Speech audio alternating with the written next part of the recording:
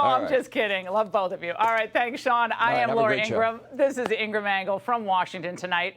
The new normal, it strikes again. That's the focus of tonight's Angle. Now, remember what the anti-Trump forces promised us in 2020?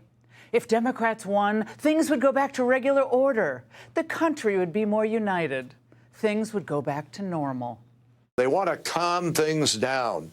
They want somebody who can work across the aisle. They're exhausted by Donald Trump's chaos and irresponsibility. But Americans want to get back to normal.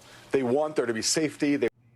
Yeah, because you're normal. All right, well, let's just go through how normal things are today.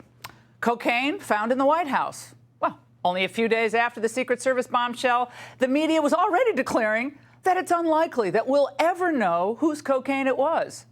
But if some old lady wearing a MAGA sweatshirt walks into the Capitol uninvited, we know that you're going to use every resource in the federal government to find her. After all, they left no stone unturned when it came to January 6th.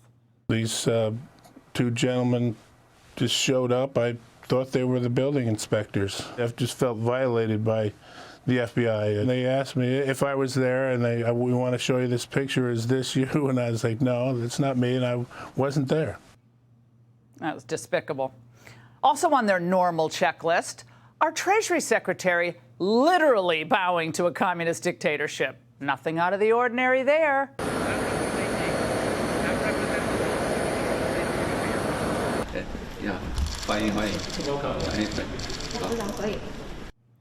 Now, is it just me? Doesn't she remind you of that old plastic bird in science experiments in elementary school? My parents never got me that, but that was kind of the cool thing.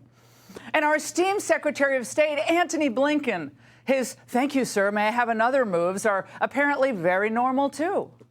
As I've said, we are not about decoupling. We're about de-risking and diversifying. And then the real power behind the puppet, the non-Senate confirmed John Kerry. It is totally normal that he would have the most influence of anyone in the administration. Man, he's giddy about his upcoming travels, ready to do the full Monty on climate issues. At this point, Kerry should be up for some sort of Lifetime Achievement Award for helping the CCP. It is imperative that China and the United States find a way to cooperate with respect to the climate crisis. By cooperating, we can accelerate the transition. We can reduce the emissions. This is all normal. And certainly we know it's normal that the president and his family get rich because of his official position. Now, let's not forget what Hunter is quoted as saying in that WhatsApp message. The Bidens are the best at doing exactly what the chairman wants. But no matter the evidence, no matter the whistleblower testimony, the press does not give a rip. It's based on a WhatsApp. We don't know the verification of that. We don't know whether Hunter was exaggerating. I read that statement, and I find it to be awfully flimsy on which to build any sort of an investigation. Oh, do you, honey? Well, now substitute Don Jr. for Hunter with the same set of facts. Think it'd be trying to validate, the WhatsApp message? Now, in speaking of inconvenient facts, the fact that our border is totally open for cartels and human traffickers to exploit, well, the Biden coalition wants you to think it's A-OK. What's the definition of secure border to you? It is, in the context in which we are working, it is maximizing the resources that we have available to us to deliver the most effective results. And from crossing the border to cross-dressing. We all know it's totally normal for men to pretend to be women and perform in front of children. Meanwhile, the Biden administration wants America to think it's normal to turn our military into a hostile work environment for any Christian, Muslim, or Jewish person who believes in traditional teachings on sexuality. The open inclusion of Americans like me, combat-ready transgender volunteers, enhances our readiness, promotes innovation, and fosters a culture of respect and understanding that makes the armed forces better. Nothing personal, but most Americans, of course, including most new immigrants, disagree. Now, I wonder how much that day-long pride extravaganza cost the White House, and who paid for it? Well, not the Bidens, but relax. It's all normal. Well, look, things are so bad that students who merely use the phrase biological man in referring to a trans person are being graded down in colleges. Now, later in the show, we're going to talk to one student who was punished for stating the truth. Yeah, the truth is dangerous to the regime. It's so dangerous that they believe it's not just normal, but it's necessary to gut free speech to stay in power. A Washington piece from Saturday bemoans the recent federal court ruling that forbids the feds from collaborating with social media companies. Social media injunction unravels plans to protect 2024 elections. Now, I still remember when liberals used to be suspicious of big corporations and big government working hand in glove. But now the regime is so petrified because as we approach the critical election, Americans may actually be able to communicate with each other. Very threatening.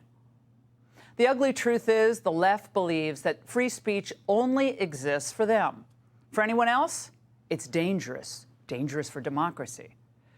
Remember how enraged they were to cover Trump in just a casual moment last month?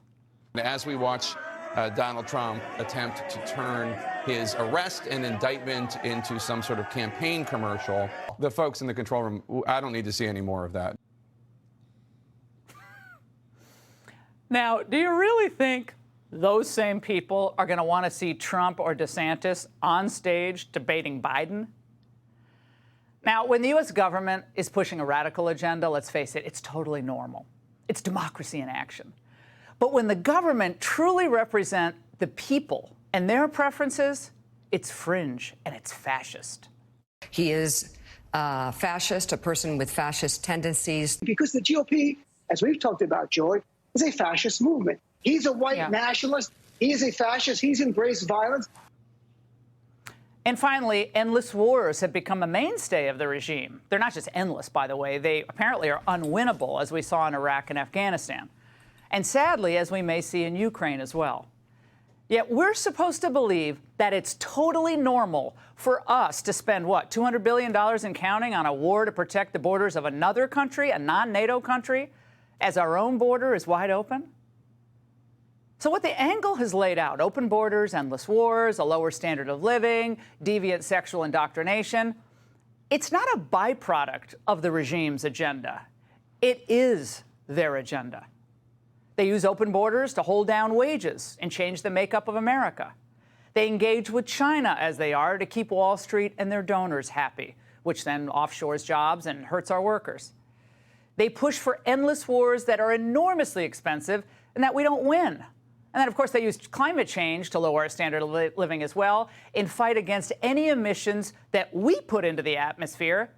But they totally ignore the biggest emitter of greenhouse gases in the world, China. You know this is their plan, because if it wasn't, well, they'd alter their course. But how many liberals, for instance, are really upset that California and New York, liberal utopias, they're losing population? Democrats love the results so much that they even hope that, look, Gavinomics goes national soon. President Newsom. Going on the road to take the fight to states where freedom is most under attack. We have a lot of work to do to build a movement to counter what's happening in red states across this country. In 2016, the American people voted for Trump because they were tired of government of the elites, by the elites, and for the elites. That haven't had enough of the norms of Clinton, Bush, and Obama, and they chose a different path. Yet, of course, to the left, it was a nightmare. The fact that Americans were becoming more independent and that America was standing up for itself again, that terrified them. So much so that they decided to do the ultimate norm busting and use the DOJ, the FBI, and FISA to try to destroy Donald Trump. If the country really wants to get back to a healthy normal, we must refuse to allow the left to mainstream decline, deviancy, and corruption. And that's The Angle. Hey, Sean Hannity here. Hey, click here to subscribe to Fox News YouTube page and catch our hottest interviews and most compelling analysis. You will not get it anywhere else.